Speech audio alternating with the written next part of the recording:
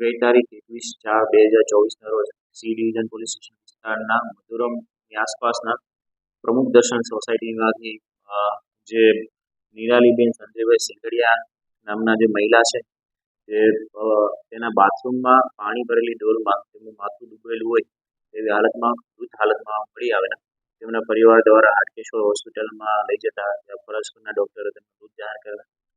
ત્યારબાદ C division police સ્ટેશનમાં આ બાબતે અકસ્માત મોતનો ગુનો નોંધી આગળની તપાસ હાલ શરૂ છે.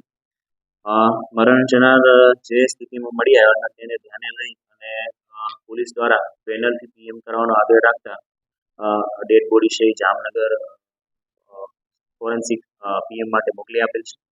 હાલ આ દિશામાં આગળની તપાસ શરૂ છે.